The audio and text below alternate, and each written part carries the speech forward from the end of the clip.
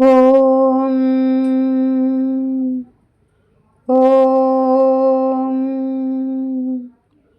ఓం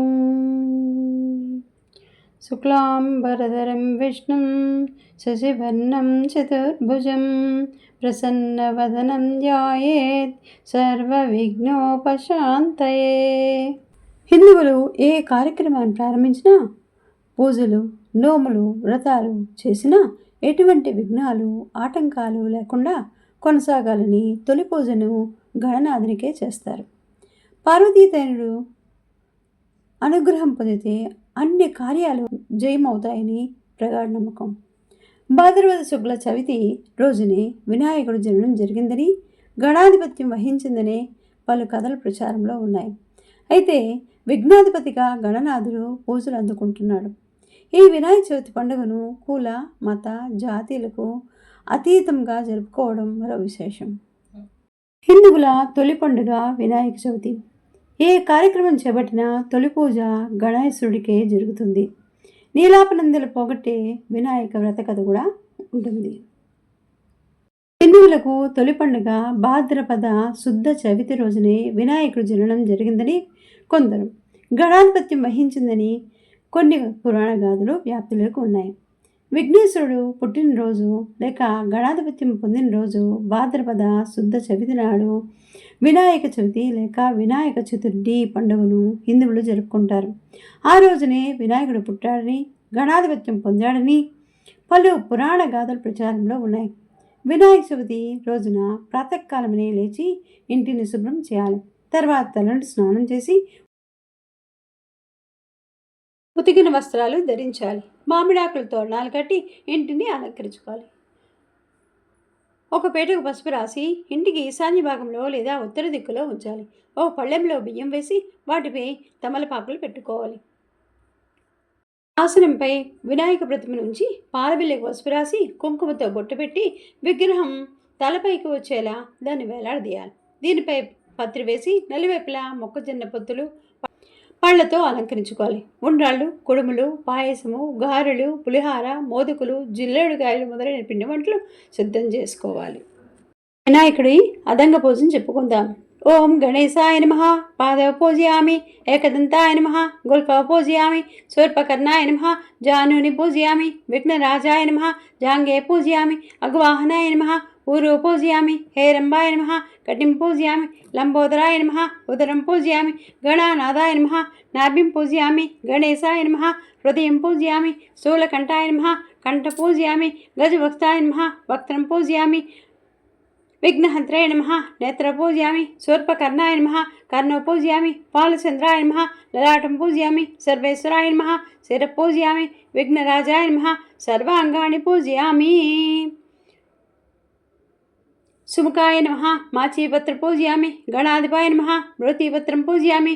ఉమాపుత్రాయ నమః. బిల్వపత్ర పూజయామి. గజాననాయ నమః. దూర్వాయుగ్మం పూజయామి. హరసోనవే నమః. దత్తూరపత్ర పూజయామి. లంబోదరాయ నమః. బదరీపత్రం పూజయామి. ప్రజాయ నమః. ఆపామార్గపత్ర పూజయామి. గజకర్ణాయ నమః. తులసీపత్ర పూజయామి. ఏకదంతాయ నమః. చోతుపత్ర పూజయామి. వెంకటాయ నమః. కరవీరపత్రం పూజయామి. భిన్నదంతాయ నమః. విష్ణుక్రాంతపత్ర పూజయామి. వటవే నమః. దాళిమీపత్ర పూజయామి. సర్వేశ్వరాయ నమః. దేవదారుపత్రం పూజయామి. పాలచంద్రాయ నమః. మరువకపత్రం పూజయామి. హేరంబాయ సింధువారపత్ర పూజయామి. స్వర్పకర్ణాయ నమః. జాజీపత్ర పూజయామి. సురాగ్రజాయ నమః. గండకీపత్ర పూజయామి. ఇభవక్త్రాయ నమః. సమీపత్రం పూజయామి. వినాయకాయ నమః. అశ్వత్థపత్ర పూజయామి. సురసేవితాయ నమః. అర్జునపత్ర పూజయామి. కపిలాయ నమః. అర్కపత్ర పూజయామి. శ్రీ గణేశ్వరాయ నమః. ఏకవిసంతిపత్రని పూజయామి. ఓం గజానాయ నమః. ఓం గణాధ్యక్షాయ నమః. ఓం విఘ్నరాజాయ నమః. ఓం వినాయకాయ నమః. ఓం ద్వైమాత్రాయ నమః. ఓం ద్విముఖాయ నమః. ఓం ప్రముఖాయ నమః. ఓం సుముఖాయ నమః. ఓం కృత్రే నమః. ఓం సుప్రదీప్తాయ నమః. ఓం సుఖనిధయే నమః. ఓం సురాధ్యక్షాయ నమః. ఓం సురారిఘ్నాయ నమః. ఓం మహాగణాధిపతయే నమః. ఓం మాన్యాయ నమః.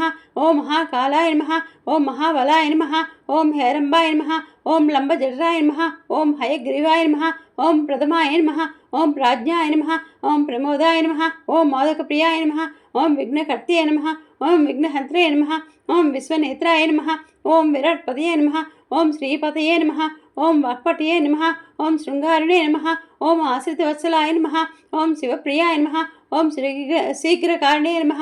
ఓం శాశ్వతాయ నమః. ఓం బిల్వాన్వితాయ నమః. ఓం బలోద్ధతాయ నమః. ఓం భక్తనదియే నమః. ఓం భావగమ్యాయ నమః. ఓం భవాత్మజాయ నమః. ఓం అగ్రగామినే నమః. ఓం మంత్రకృతే నమః. ఓం చామేకరప్రభాయ నమః. ఓం సర్వాయ నమః. ఓం సర్వోపాస్యాయ నమః. ఓం సర్వకర్త్యాయ నమః. ఓం సర్వనేత్రాయ నమః. ఓం సర్వసిద్ధిప్రదాయ నమః. ఓం పంచహస్తాయ నమః. ఓం పార్వతీనందనాయ నమః. ఓం ప్రభవే నమః. కుమారగురవే నమః. ఓం కుంజరాసరభంజనాయ నమః. ఓం కాంతిమతే నమః. ఓం ధృతిమతే నమః. ఓం కామినే నమః. ఓం కపిత్తఫలప్రియాయ నమః. ఓం బ్రహ్మచారిణే నమః. ఓం బ్రహ్మరూపాయ నమః. ఓం మహోదరాయ నమః. ఓం మహోద్ఘటాయ నమః. ఓం మహావీరాయ నమః. ఓం మంత్రిణే నమః. ఓం మంగళ సుస్వరాయ నమః. ఓం ప్రమదాయ నమః. ఓం జాయసే నమః.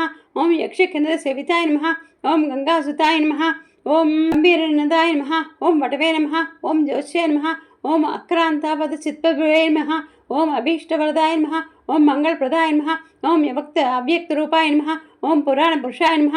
ఓం పుష్ట్యాయ నమః. ఓం పుష్కరోత్క్షిప్తపహరాణాయ నమః. ఓం అగ్రగణ్యాయ నమః. ఓం అగ్రపూజ్యాయ నమః. ఓం అపాకృతపరాక్రమాయ నమః. ఓం సత్యధర్మిణే నమః.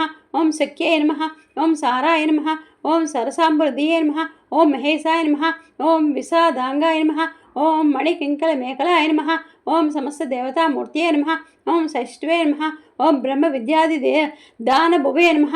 ఓం విష్ణవే నమః. ఓం విష్ణుప్రియాయ నమః. ఓం భక్తజీవితాయ నమః. ఓం ఐశ్వర్యకారణాయ నమః. ఓం సతతోత్థితాయ నమః. ఓం విశ్వగృహే నమః. ఓం విశ్వరక్షా విధానకృతే నమః. ఓం కళ్యాణగురవే నమః. ఓం ఉన్మత్తవేషాయ నమః. ఓం పరజైనే నమః. ఓం సమస్త జగదాధారాయ నమః. ఓం సర్వేశ్వరప్రదాయ నమః. ఓం శ్రీ విఘ్నేశ్వరాయ నమః. ఓం అగజాన పద్మార్కం గజానన మహాన్నిసం అనేకదంతం భక్తానాం ఏకదంతోపాస్మహే. ఓం గణాధిపాయ నమః. దూర్వాయుగ్మం పూజయామి. ఉమాపుత్రాయ నమః. దూర్వాయుగ్మం పూజయామి. ఓం అగ్వాహనే నమః. దూర్వాయుగ్మం పూజయామి.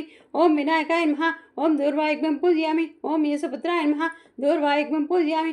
ఓం సర్వసిద్ధిప్రదాయకాయ నమః. దూర్వాయుగ్మం పూజయామి. ఓం ఏకదంతాయ నమః. దూర్వాయుగ్మం పూజయామి. ఓం విభోక్త్యాయ నమః. దూర్వాయుగ్మం పూజయామి. ఓం మూషికవాహనాయ నమః. దూర్వాయుగ్మం పూజయామి.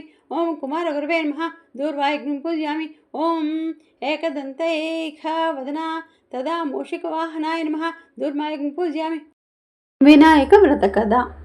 సూత మహాముని, సౌనకుడు మొదలైన మునులకు విఘ్నేశ్వరుడు పుట్టిన విధానము, ఆ రోజు చంద్రుడిని ఎందుకు చూడకూడదు అనే విషయాలను వివరించడం మొదలుపెట్టాడు. ఒకప్పుడు గజ అంటే ఏనుగు రూపంలో ఉన్న గజాసురుడు అనే రాక్షసరాజు పరమశివుడిని గురించి తీవ్ర తపస్సు చేయడం ప్రారంభించాడు. అతని తపస్సుకు మెచ్చి పరమశివుడు ప్రత్యక్షమై ఏదన్నా వరం కోరుకోమన్నాడు. అప్పుడు గజాసురుడు, స్వామి, మీరు ఎప్పుడు నా ఉదరం లోపలే ఉండాలి అని కోరుకున్నాడు. అతని కోరిక తీర్చేందుకు గజాసురుడికి పట్టు లోపలికి ప్రవేశించి అక్కడే ఉండటం మొదలుపెట్టాడు. ఇదిలా ఉంటే కైలాసము అనగా శివుడి ఇంట్లో ఉన్న పార్వతీమాత భర్త గురించి తెలియక అన్ని చోట్ల వెతుకుతూ కొంతకాలానికి శివుడు గజాసురుడు పొట్టలో ఉన్నాడని తెలుసుకుంది. కానీ శివుణ్ణి ఏ విధంగా బయటకు రప్పించాలో తెలియక ఎంతో బాధపడి చివరికి విష్ణుమూర్తిని ప్రార్థించింది. తన భర్త విషయం చెప్పింది. ఓ మహాన్భావ, పూర్వం భస్మాసురుని బారి నుంచి నా భర్తని కాపాడి నాకు ఇచ్చావు. ఇప్పుడు కూడా ఏదన్నా ఉపాయం ఆలోచించు అని కన్నీళ్లు కార్చింది. విష్ణుమూర్తి పార్వతీదేవిని ఓదార్చి పంపేశాడు. అప్పుడు శ్రీహరి, బ్రహ్మ మొదలైన దేవతలు పిలిచి గజాసురుని చంపేందుకు గంగిరెద్దులను ఆడించేవాడిగా వెళ్ళటమే సరియైంది అని నిర్ణయించాడు. శివుడి వాహనం నందిని ఒక గంగిరెద్దుగా చేసి బ్రహ్మ మొదలైన దేవతల చేత తలొక వాయిద్యం ఇచ్చారు. తాను చిరుగంటలు సన్నాయి తీసుకుని గజాసురుడు ఉండే గజాసురపురం దగ్గరకు వెళ్ళాడు. అక్కడ గజాసురుడు ఎదురుగా చక్కగా నందిని ఆడించాడు. ఆ గంగిరెద్దు ఆట చూచి గజాసురుడికి ఆనందం పొంది, మీకు ఏం కావాలో కోరుకోండి, నేను ఇస్తానని చెప్పాడు. అప్పుడు శ్రీహరి, ఇది శివుడి వాహనం నంది, శివుణ్ణి వెతికేందుకు వచ్చింది కాబట్టి శివుణ్ణి ఇవ్వు అని కోరాడు. ఆ మాటలకు నిర్ఘాంతపడిన గజాసురుడు గంగిరెద్దును ఆడించేందుకు వచ్చినవాడు శ్రీహరి అని తెలుసుకుని తనకు చావు తప్పదని అర్థం చేసుకున్నాడు. అప్పుడు తన పొట్ట లోపల ఉన్న శివుణ్ణి, నా శిరస్సు అందరికీ పూజనీయంగా ఉండాలి, నా చర్మం నువ్వు ధరించాలి అని కోరుకున్నాడు. తర్వాత తనను చంపేందుకు శ్రీహరికి అనుమతి ఇచ్చాడు. నంది తన కొమ్ములతో గజాసురుడిని పొట్ట చీల్చగా లోపల నుంచి శివుడు బయటకు వచ్చాడు. హరి శివుడితో, చెడ్డవారికి ఇలాంటి వరాలు ఇవ్వకూడదు, ఇస్తే పాముకు పాలు పోసినట్లే అవుతుందని చెప్పాడు. తర్వాత బ్రహ్మ, ఇతర దేవతలు వీడ్కోలు పలికి తాను కూడా వైకుంఠానికి వెళ్ళిపోయాడు. శివుడు కైలాసానికి వెళ్ళిపోయాడు. కైలాసంలో ఉన్న పార్వతీమాత శివుడు వస్తున్నాడని వార్త విని తలస్నానం చేయాలని నిర్ణయించుకొని నలుగుబిడ్డతో ఒక పిల్లవాడిని తయారు చేసింది. అతనికి ప్రాణం పోసి ముందు ఉంచింది. స్నానం చేసిన తర్వాత నగలతో అలంకరించుకుని శివుడి కోసం ఎదురు చూడటం మొదలుపెట్టింది. ఇది ఇలా ఉండగా శివుడికి లోపలికి వస్తుండగా గుమ్మల్లో ఉన్న పిల్లవాడు అడ్డు చెప్పాడు. కోపం తెచ్చుకున్న శివుడు త్రిశూలంతో ఆ బాలుడి కంఠం నరికాడు. లోపలికి వెళ్ళిన శివుడికి పార్వతీదేవి ఎదురు వచ్చి పూజించి కూర్చోబెట్టి మాట్లాడుతుండగా గుమ్మంలో ఉన్న పిల్లవాడి ప్రశస్తి వచ్చింది. అప్పుడు శివుడు తాను చేసిన పనికి బాధపడి తాను తీసుకుని వచ్చిన గజాసురుని శిరస్సును ఆ బాలుడికి అతికించి ప్రాణం పోశాడు. అతనికి గజాననుడు అనే పేరు పెట్టి పెంచుకోవడం ప్రారంభించారు. గజానుడు కూడా భక్తితో తల్లిదండ్రులకు సేవలు చేయసాగాడు. అనింద్యుడు అనే ఎలుక వాహనం చేసుకుని తిరగటం మొదలుపెట్టాడు. కొంతకాలానికి పార్వతీ పరమేశ్వరులకు కుమారస్వామి పుట్టాడు. అతడు మహావీరుడు. నెమలి అతని వాహనం. ఒకరోజు దేవతలు, మునులు, మానవులు పరమేశ్వరుని సేవించి విఘ్నములకు ఒక అధిపతినివ్వండి అని కోరారు. తాను పెద్దవాడు కాబట్టి ఆ నాయకత్వం పదవి తనకే ఉండాలని గజానుడు కోరాడు. గజానుడు పొట్టిగా ఉంటాడు, తగిన అర్హతలు లేవు కాబట్టి ఆధిపత్యం తనకే ఇవ్వాలని కుమారస్వామి తండ్రిని కోరాడు. శివుడు వారితో, మీలో ఎవరు 3 లోకాల్లో పుణ్యనదుల్లో స్నానం చేసి ముందుగా నా దగ్గరికి వస్తారు వారికి ఆ ఆధిపత్యాన్ని ఇస్తాను అని చెప్పాడు. కుమారస్వామి తన నెమలి వాహనం మీద ఎక్కి వేగముగా ముల్లోకాలు తిరగడం ప్రారంభించాడు. గజానుడు బాధపడుతూ ఇంటి దగ్గరికి వెళ్ళి నమస్కరించి, అయ్యా, నా గురించి తెలిసి ఈ విధంగా చెప్పడం మీకు సరి అయిందా? మీ పాదసేవకుడిని నా యందు దయచూపి తగిన ఉపాయం చెప్పండి అని కోరుకున్నాడు.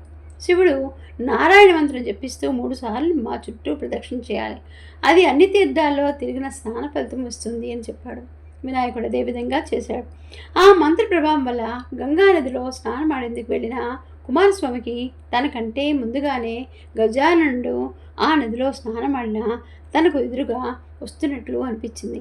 అతనికి 3,50,00,000 నదుల్లో కూడా తనకంటే ముందుగానే గజాననుడు స్నానం చేస్తున్నట్టు కనిపించాడు.